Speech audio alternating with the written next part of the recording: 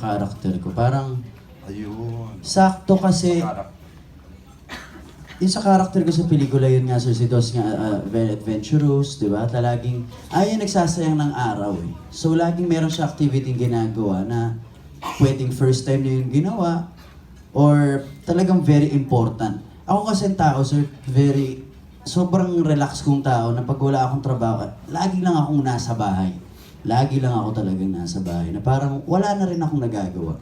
And nirealize ko na parang, my gosh, na parang napag-iiwanan na ako ng life. Di ba? Parang, ito na ba yun? Trabaho, bahay, yung ginagawa ko. Oo, pagod ako, pero rason ba yun para mapag-iwanan ako, no? So, na-realize ko dahil sa character kong Dos na kailangan kong gumalaw. Gumawa akong bago kong mga experience, mag-explore ako. And I think mararamdaman mo lang ang buhay pag ginawa mo yun. Sa akin lang yun hindi sa lahat. Hindi sa lahat yun. Sa akin lang yun. Parang kailangan mo experience ang life. Hindi mo pwedeng sabihin life lang. You have to experience life. And itong mundo na to, sa atin to. So, medyo may kamahalan nga lang. Pero kailangan mo experience and masaya siya. Bali ikaw na.